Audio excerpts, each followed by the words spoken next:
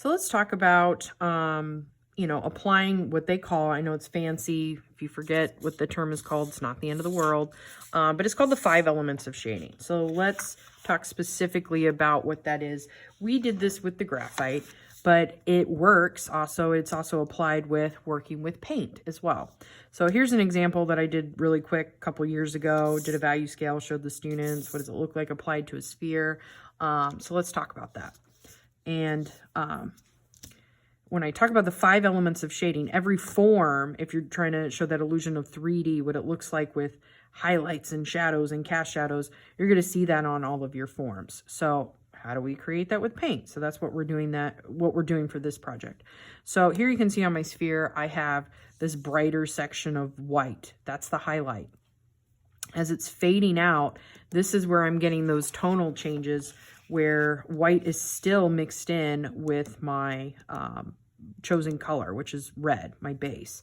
So I have like white, red, and it's getting gradually darker as it wraps around the form. So when I get to kind of this midsection here, this is where we're just going to see the hue. It's more of just my red. But then it transitions into my shades. So as I'm creating those shadows, so highlights, midtones, shadows on the edges as it curves away from the light source, I'm going to get where I have my red, my base color, mixed with a little bit of black added to it. As you know, light reflects off surfaces, so there's a lighter area here, maybe not as bright as the highlight, maybe like a number 2 or 3, but there's a little section of where the object and the surface come together. So in between the shadow that it's casting and the object itself, there's going to be a little bit of that reflective light. So highlight, midtone, shadows, reflective light, cast shadow. So it's casting a shadow onto the table surface. So let's see how to do that with paint. So 5 elements of shading. What does that look like? And before I even go to that, let me show you another little snazzy model here that I made years ago for some students. Just showing, hey, if I was like, hey, a sphere, make it look like a form. If you just put the, you know, basic color on it, a red sphere, kind of looks more like a red circle. So if you want that illusion that it's 3D, you have to apply the 5 elements of shading.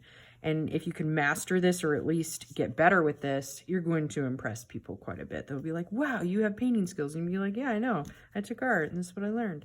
So let's talk about how to apply that.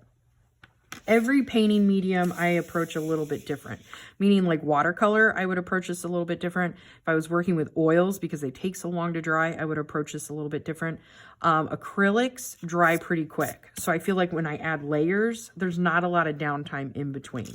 So with that being said, when I work with layering of my paint, I like to put a base coat. If this is going to be red, but I'm going to show light and dark areas, that's fine, but I'm going to go ahead and apply the red. And I meant to get a different brush.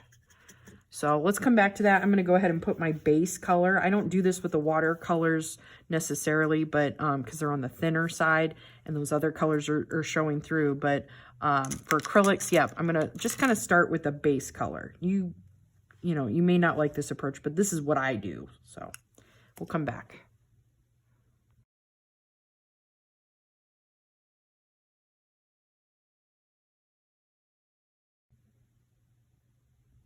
So I applied my base hue, which is my red, to my sphere.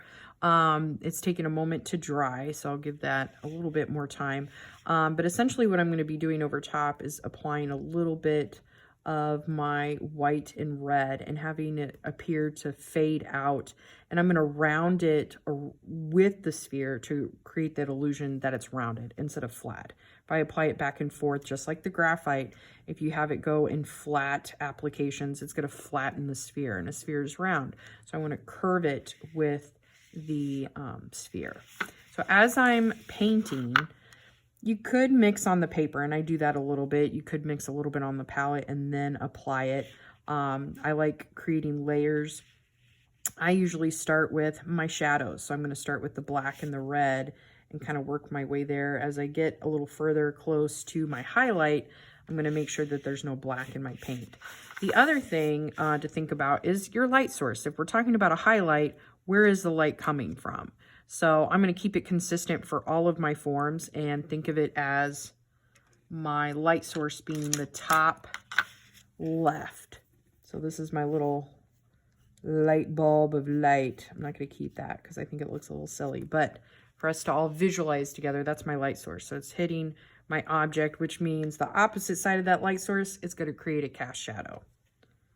So let's see what that looks like. You guys can watch me blend.